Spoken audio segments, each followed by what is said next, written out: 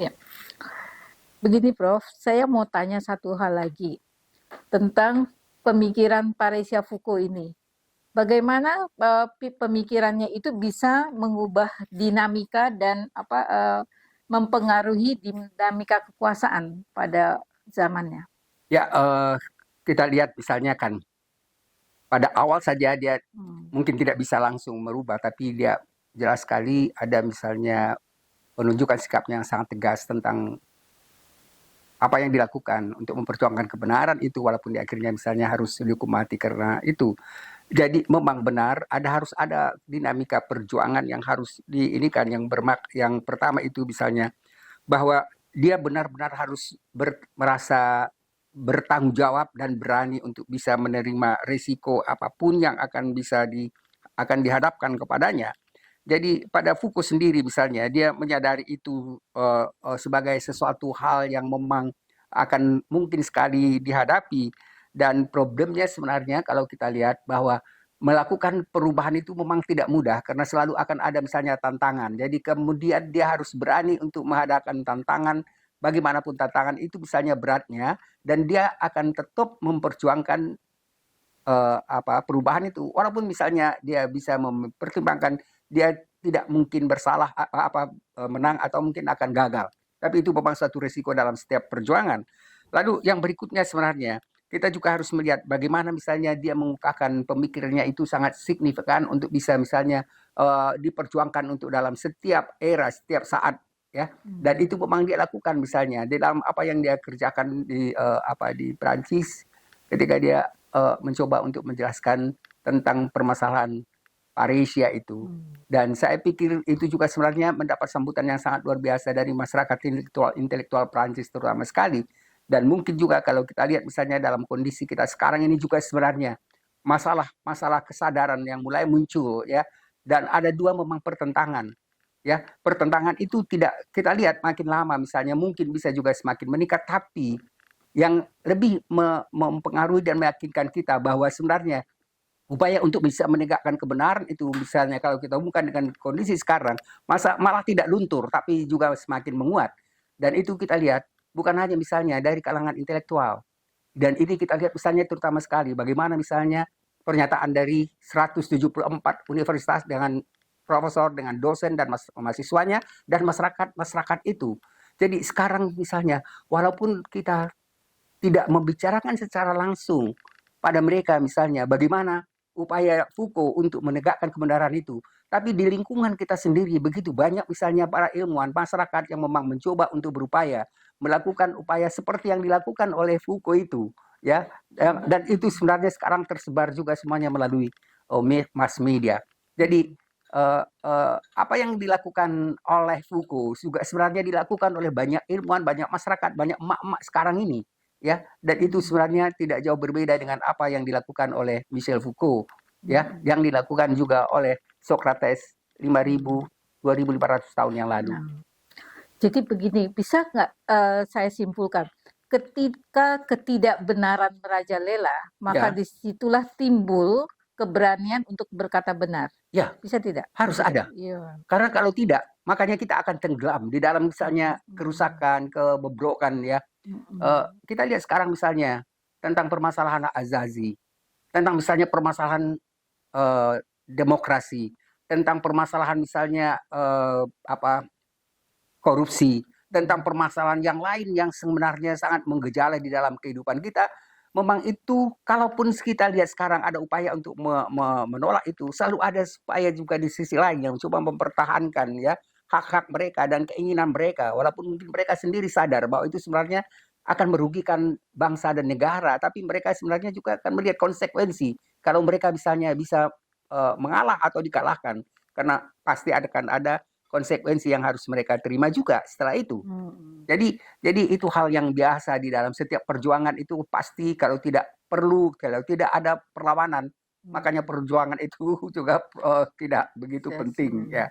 Jadi Jadi menarik kan, Foucault selalu mengkaitkan dengan kuasa, ya Prof. Ya. Nah, jadi terlihat di sini bahwa ketika kuasa itu begitu besar menghegemoni, ya kan, satu masyarakat, ya kan, di situ ada satu gejolak ya kan, gejolak untuk segera keluar dari cengkraman-cengkraman tersebut gitu. Jadi ada satu pemikiran kritis gitu Ya, di situ. jadi pemikiran kritis itu sebenarnya kan begini, tadi disinggung tentang hegemoni. Iya.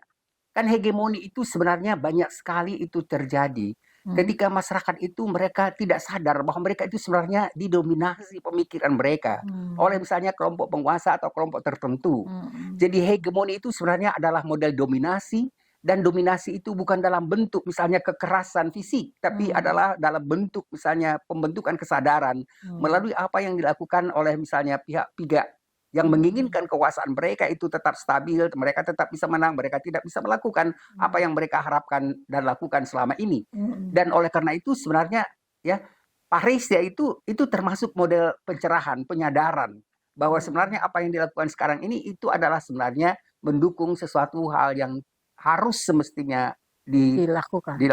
dilakukan untuk menghilangkannya. Iya. Jadi problem-problem itu sebenarnya memang selalu akan muncul ya, pihak yang dikatakan mendukung dan pihak yang dikatakan misalnya menolak terjadinya ketidakbenaran itu. Nah, terkait dengan hegemoni ya kan, Gramsci mengatakan ada dua Ya, aktor ya kan, ya, tentang yang intelektual satu tradisional. tradisional dan organik. Ya, Jadi yang orang-orang Paresias ini orang yang termasuk yang intelektual organik, bisa ya, dikatakan bisa demikian, Prof? dikatakan begitu. Iya. Tapi mungkin mereka juga tidak sadar bahwa mereka sebenarnya ya Mhm. bahwa di dalam intelektual itu memang kan ada dua itu yang dikatakan oleh misalnya Gramsci? oleh Gramsci Mhm. ya, bahwa intelektual itu karena kan kita paham yang penguasa-penguasa itu kan juga banyak di situ para Intelektual. doktor, para Iya. ilmuwan gitu ya. Tapi mereka tidak sadar, mungkin Hmm. lebih kuat dominasi hasrat mereka ya, Hasrat kuasa hasrat ya. kuasa ya, dikatakan misalnya oleh libido, oleh misalnya Iya. pada Freud itu lebih mendominasi sehingga akhirnya mereka sekarang udah merasa terlanjur melakukan itu. Dan kalau dalam pemikiran misalnya tadi Gramsci itu dikatakan misalnya para intelektual tradisional. Jadi dikatakan oleh Gramsci bahwa intelektual itu sebenarnya tidak semua intelektual yang mencoba untuk menegakkan kebenaran.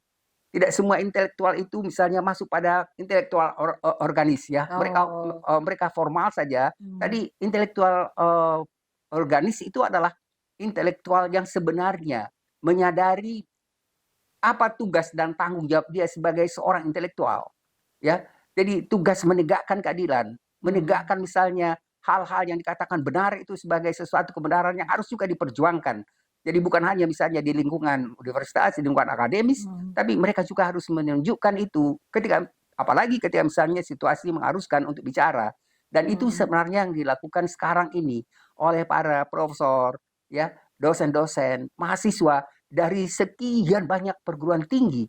Walaupun akhirnya kita merasa aneh, ya ketika misalnya ditanyakan bagaimana pendapat Presiden Jokowi tentang apa itu, kemudian dia mengatakan itu hak untuk menyatakan pendapat, kebebasan pendapat. Jadi yang dikatakan kebebasan pendapat yang dari awal diperjuangkan misalnya oleh Socrates, oleh Michel Foucault, dan yang sekarang itu bukan berarti kebebasan untuk menyatakan pendapat yang salah. Ya, untuk menyatakan pendapat yang salah itu bukan bentuk kebebasan, tapi kebebasan untuk menyatakan yang benar itu benar.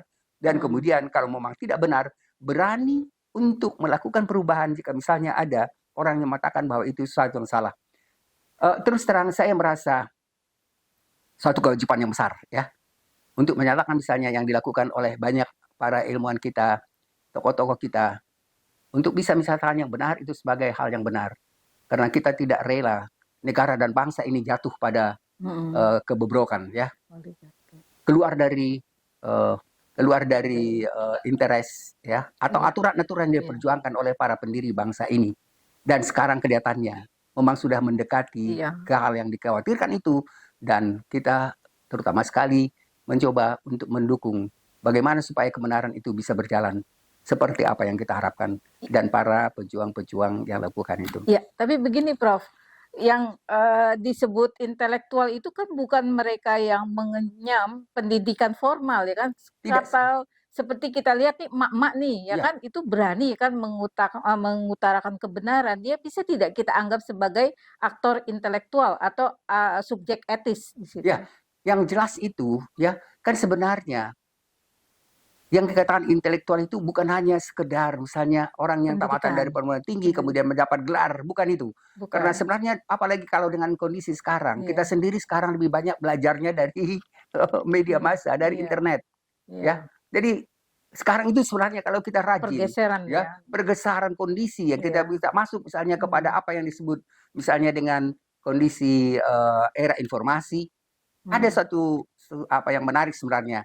Ilmuwan yang mengatakan sekarang ini dia menggunakan istilah itu sebenarnya deklarasi kemerdekaan internet. Iya. Jadi siapa saja pun sekarang ya bisa bicara dengan di internet melalui internet. Siapa sekarang sebenarnya bisa memperoleh pendidikan dan pengajaran yang tinggi dari internet. Jadi sekarang Hmm. sebenarnya situasi itu bisa menimbulkan pemikiran baru di lingkungan Hmm. emak-emak yang kalau kita lihat sekarang mereka ada jauh lebih berani daripada kita untuk menyatakan kebenaran itu, Hmm. ya. Di setiap saat misalnya kalau ada demonstrasi, mereka Hmm. maju ke depan. Kalau Hmm. misalnya ada sesuatu yang misalnya upaya untuk bisa melakukan kritik terhadap kekerasan, penindasan, mereka juga berada di paling depan dan itu adalah hal yang sangat menggembirakan kita. Oke. Dan itu adalah satu bukti bahwa sebenarnya ya apa yang diharapkan dan dikatakan sebagai intelektual yang sifatnya organis itu sekarang sebenarnya menyebar, Hmm. ya. Paling Baik. tidak itu pengaruh dari para kaum intelektual yang Ya. selama ini banyak menyuarakan Kebenaran. pandangannya. Ya, jadi saya bisa menarik kesimpulan begini, Prof. Jadi ada sebuah signifikansi pemikiran Foucault terhadap dengan paresianya dengan konteks Indonesia. Jadi Foucault ini ingin membuat satu bentuk kesadaran, keberanian kita untuk bicara benar Ya, demi adanya perubahan ya, politik dan ya, sosial ya, kita. ya, Begitu. benar. Ya. Jadi itu sebenarnya intinya. Jadi apalagi kalau sekarang ya tidak hanya harus di Universitas Indonesia Mm-mm. atau di Universitas Gajah Mada. Gajah Mada Mm-mm.